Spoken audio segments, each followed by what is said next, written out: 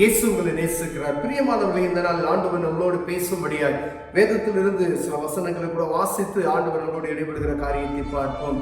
இந்த காலம் கிறிஸ்து பிறப்பின் காலமாய் இருக்கிறதுனாலே, கிறிஸ்து பிறப்பை அனுசரிக்கிற காலமாய் இருப்பதினாலே, பழைய ஏற்பாட்டின் காலத்தில் ஆண்டவருடைய வருகையை பற்றி எவ்வளவு அருமையாக சொல்லப்பட்டு இருக்கிறது. அதனுடைய சந்தோஷம் எப்படிப்பட்ட சந்தோஷமாய் இருக்கும் என்று சொல்லப்பட்டிருக்கிறதை பார்க்கும்படியாய் நாம் அறிந்து கொள்ளும்படியாய் அந்த சந்தோஷத்தை நாம் அனுபவிக்கிறவர்களாக இருக்கிறோமா என்று பார்க்கும்படி அழைக்கப்படுகிறோம். பிரியமானவர்களே, அது ஏசாயா தீர்க்கதரிசியின் புஸ்தகம் 9வது அதிகாரம் 6வது வசனம் இப்படியாக சொல்லுகிறது. நமக்கு ஒரு பாலகன் பிறப்பார், நமக்கு ஒரு குமாரன் கொடுக்கப்பட்டார், கர்த்தத்துவம் அவன் தோளின் மேல் இருக்கும், அவர் நாமம் அதிசயமானவர், ஆலோசனை கர்த்தர், வல்லமையுள்ள தேவன், நித்திய பிதா, சமாதான பிரபு எனப்படும். பிரியமானவர்களே, இந்த வசனத்துல பழைய ஏற்பாட்டில் ஏசாயா தீர்க்கதரிசியின் காலத்தில் எழுதப்பட்ட இந்த வசனம் புதிய ஏற்பாட்டின் காலத்தில் பிறக்க போகிற ஆண்டவராய் இயேசு கிறிஸ்துவின் பிறப்பை குறித்து கிருபையாய் எழுதப்பட்டு இருக்கிறதை நாம் அறிந்திருக்கிறோம். பிரியமானவர்களே, அவர் அதிசயமானவர். ஆண்டவராய் இயேசு கிறிஸ்துவின் பிறப்பு ஒரு அதிசயமானது என்று எழுதப்பட்டு இருக்கிறது. ஆலோசனை கர்த்தர், வல்லமையுள்ள தேவன், நித்திய பிதா, சமாதான பிரபு.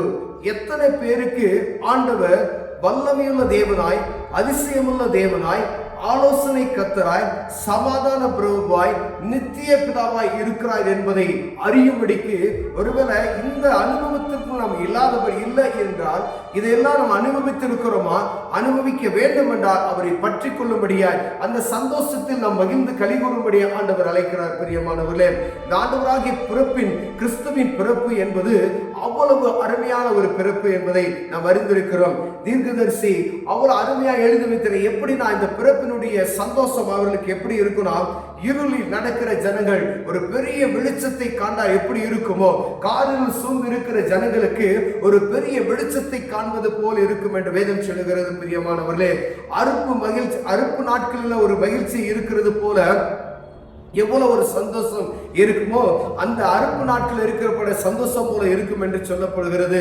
கொள்ளையை பங்கிட்டுக் கொள்கிற கொண்டு களி கூறுகிறது போல ஆண்டவரே அவங்களுக்கு முன்பாக அந்த மகிழ்ச்சி இருக்குமா?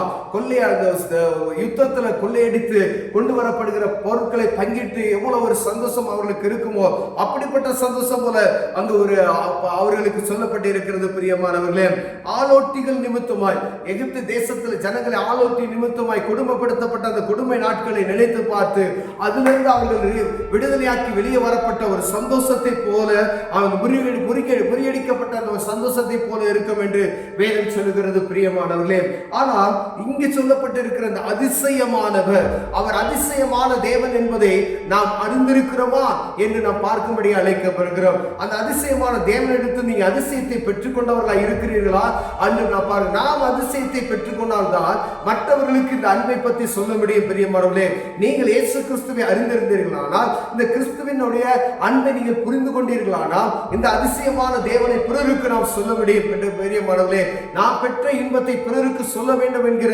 ஒரு வாஞ்சை நமக்குள் இருக்குமே. ஆனால் இந்த அதிசயமான தேவன் நமக்கு பிறந்திருக்கிற இந்த கிறிஸ்து நமக்கு பிறந்து இந்த தேசத்துக்கு அறிமுகமாக்கப்பட்ட அவரை குறித்ததான இந்த அதிசயமான தெய்வத்தை பிறருக்கு சொல்ல முடியும். பிரியமானவர்களே, ஆலோசனை கர்த்தர். எத்தனை பேர் நமக்கு ஆலோசனை அவரிடம் பெற்றிருக்கிறோம் என்பதை நாம் அறிய முடியல.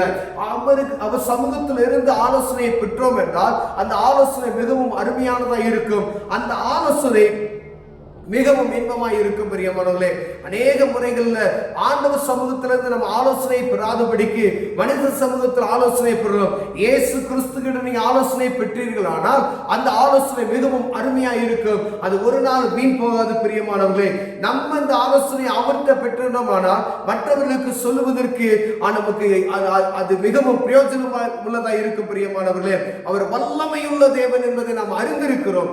ஆனா நம்ம அந்த வல்லமையை நாம் பெற்றிருக்கிறோம். எத்தனை முறை நம்ம அந்த வல்லமையை பெற்றிருக்கிறோம் என்பதை ஆராய்ந்து பார்க்கும்படி உங்களோடு என்னோடு பேசுகிறார். பிரியமானவரே, அவர் வல்லமையுள்ள தேவன். மரித்தவனை உயிரோடு எழுப்பவர் வல்லமையுள்ள தேவன் என்று அறிந்திருக்கிறோம். அவர் பிறப்பு ஒரு வல்லமையுள்ளது என்பதை நமக்கு சுட்டி காமிக்கப்பட்டு இருக்கிறது. பிரியமானவர்களே, நித்திய பிதா, அவர்தான் பிதா, நித்திய பிதா, வேறு ஒருவரும் இல்லை. அண்ட சராசரங்களை சிருஷ்டித்தவர். அவர் நித்திய பிதா என்பதை நாம் அறிந்திருக்கிறோமா என்பதை பார்க்கும்படி அழைக்கப்படுகிறோம். அவர் சமாதான பிரபு. இந்த உலகத்துல சமாதானத்தை கொடுக்க அவர் ஒருவரால் மாத்திரமே முடியும். எந்த ஒரு மனிதனாலையும் சமாதானத்தை கொடுக்க முடியாது. பிரியமானவர்களே, நானே உலக சமாதான பிரபு என்று சொல்லப்பட்டு இருக்கிறது. இந்த உலகம் கொடுக்க முடியாத சமாதானத்தை நான் உங்களுக்கு தருவேன் என்று சொன்னார். பார்த்தீங்களா? அவர் பிறப்பதற்கு முன்பதாக தீர்க்கதரிசிகள் எழுதி வைத்திருக்கிற இந்த வார்த்தைகள் சொல்லப்படுகிறது.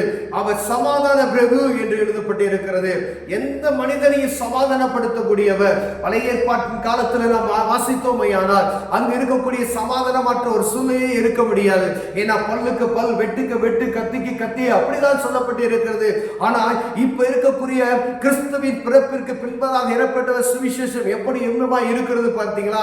ஒரு கணத்துல நீ அடித்தா மறு கணத்தை காண்பி அப்படின்னு சொல்லி இயேசு கிறிஸ்து நமக்கு சொல்லப்பட்டிருக்கிறார். இந்த அருமையான தெய்வத்தை பற்றி அந்த பழைய ஏற்பாட்டின் காலத்தில் எழுதப்பட்டதை நோக்க பாருங்க. அவர் சமாதான பிரபு. அவ்வளவு அருமையாய் எழுதப்பட்டிருக்கிறது. பிரியமானவர்களே, சமாதான பிரபு என்று எழுதப்பட்டிருக்கிறது. எங்கள் சுவிசேஷம் அறிவிக்கப்பட்டு இருக்க கொண்டு கடந்த நாட்கள்ல ஒரு இடத்துல கேரள சர்வீஸ் போனவங்களை தாக்கப்பட்டு இருக்கிறாங்க. ஆனா அவர்கள் அவங்க ஒண்ணு அவங்களை எதிர்த்து அவங்க அடிக்கவோ எந்த ஒரு காரியத்தையும் செய்யலோ. ஏன் அப்படின்னா கிறிஸ்துவின் அந்த சமாதானத்தை அவர்கள் வெளிப்படுத்துகிறார்கள். அவர்களுக்கு சமாதானத்தை தான் சொல்ல முடியும். அவர்கள் தாக்கினாலும் தாக்குகிறதை வாங்கிக் கொள்வதற்கு தான் கிறிஸ்துவின் அன்பு வெளிப்படுகிற. பிரியமானவர்களே, ஏன்னா இயேசு கிறிஸ்து அப்படிப்பட்டவர். அவர் உன்னை நேசிக்கிறது போல புறனை நேசி என்று நமக்கு சொல்லிக் கொடுத்திருக்கிறார். அந்த அன்பை பற்றி ஆதியிலேயே சொல்லப்பட்டு இருக்கிறது. அவருடைய பிறப்பிற்கு முன்பதாகவே அவர் பிறப்பிற்கு முன்பதாகவே பழைய ஏற்பாட்டின் காலத்தில் ஏசாயா தீர்க்கதரிசியின் புஸ்தகத்தில் எழுதப்பட்ட இந்த வசனங்கள் பாருங்க. அவர் சமாதான பிரபு என்று சொல்லப்பட்டிருக்கிறது. அவர் துன்பப்படுத்தின பொழுது மறு உத்தரவு ஒன்று சொல்லவில்லை. அடிக்கப்படுகிற ஆட்டை போல இருந்தார் என்று வேதம் சொல்லுகிறது. பிரியமானவர்களே, அவர் கற்றுக் கொடுத்த அந்த காரியங்களை தான் நாம் பிரதிபலித்துக் கொண்டிருக்கிறோம். பிரியமானவர்களே, இதுதான் கிறிஸ்துவின் அன்பு. இதுதான் கிறிஸ்துமஸுடைய அந்த பிறப்பினுடைய மகிழ்ச்சி. இந்த கிறிஸ்து பிறப்பின் மகிழ்ச்சி இதோ சகல ஜனங்களுக்கும் சந்தோஷத்தை உண்டாக்கும் நற்செய்தி.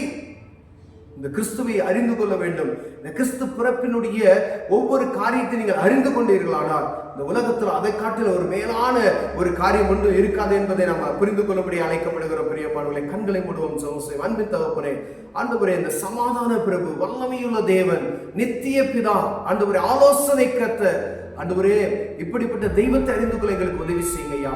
இயேசுவின் நாமத்தில் பிதாவே, ஆமென்.